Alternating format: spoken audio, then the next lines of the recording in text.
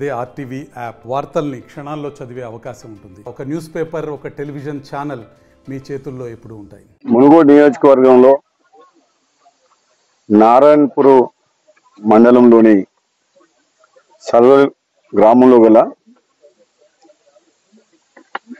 చాలా ప్రాముఖ్యంగా పేరు పొందిన సర్వల్ గురుకుల పాఠశాల పూర్తి బిల్డింగ్స్ అన్ని కూడా పరిశీలించడం జరిగింది. ఈ కొత్తగా కట్టిన బిల్డింగ్స్ లో ఫినిషింగ్ వర్క్స్ లేట్ కావడం వల్ల ఇనాగ్రేషన్ లేట్ అయింది. గత 3 నెలల ముందు నుంచి పార్లమెంటు ఎన్నికల కోడ్ సందర్భంగా కూడా డిలే అయిందని చెప్తారు. కానీ నిజంగా చెప్పాలంటే ఇది పూర్తి చేసి దాదాపు 1 ఇయర్ పైన అయింది నాకు తెలుస్తుంది. కానీ ఎప్పుడు కూడా ఈ అధికారులు కానీ ఎవరు కానీ గత ప్రభుత్వంలో ఉన్నప్పుడు మమ్మల్ని సంప్రదించలేదు.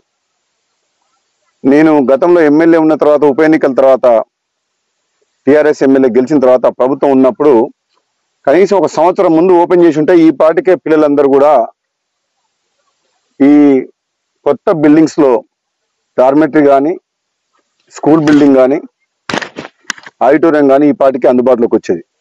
కేవలం గత ప్రభుత్వం ఒక నిర్లక్ష్యం వల్ల స్థానిక ఎమ్మెల్యే ఒకవేళ పట్టించుకొని అప్పుడు ప్రభుత్వ పెద్దలతో చర్చించి కంప్లీట్ చేసి ఉంటే ఈ రోజు పిల్లలు నిజంగా చాలా ఇబ్బంది పడుతుంది. దాదాపు 650 మంది పిల్లలు వాళ్ళు ఉండే వసతి గదులు ఎప్పుడో 1972లో కట్టిన రేకుల షెడ్లలో ఉంటున్నారు. వాళ్ళు బ్రహ్మాండమైన బిల్డింగ్ కంప్లీట్ చేసి సంవత్సరం అయినా కానీ ఇది నిరుపయోగంగా పడి ఉన్నది. అందుకనే దీని గురించి తెలుసుకొని అధికారులు ఎవరు మమ్మల్ని సంప్రదించకున్నా సరే దీనికోసం ఇన్స్పెక్షన్ కోసం రావడం జరిగింది. మొత్తం పరిశీలించడం జరిగింది. ఇప్పుడున్న డార్మెటరీతో పాటు సేమ్ ఇటువంటి బిల్డింగ్ ఇంకొకటి కడితే అప్పుడు దాదాపు 700 మంది బాలులకు వసతి గృహం కూడా, డైనింగ్ హాలు మిగతా అన్ని కరెక్ట్ గా ఉన్నాయి. కానీ డార్మెటరీ కూడా ఇంకో బిల్డింగ్ కట్టాల్సి, సేమ్ సిమిలర్ బిల్డింగ్ ఇంకోటి కట్టాల్సిన అవసరం ఉంది.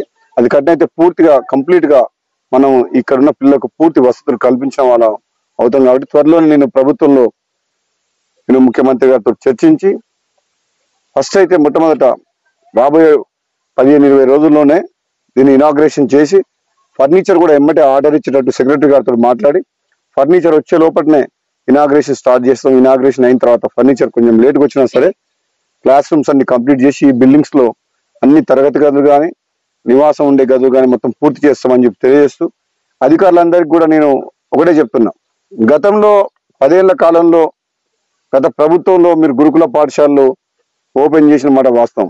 కానీ ఎక్కడ కూడా సరిపోని వసతి సౌకర్యాలు లేవు, బాత్రూమ్స్ లేవు, ఎక్కడ కస్తూరిబా స్కూల్ పో, మోడల్ స్కూల్ పో, ఎక్కడ పో చాలా సమస్యలతో విద్యార్థులు ఇబ్బందులు పాలవుతారు.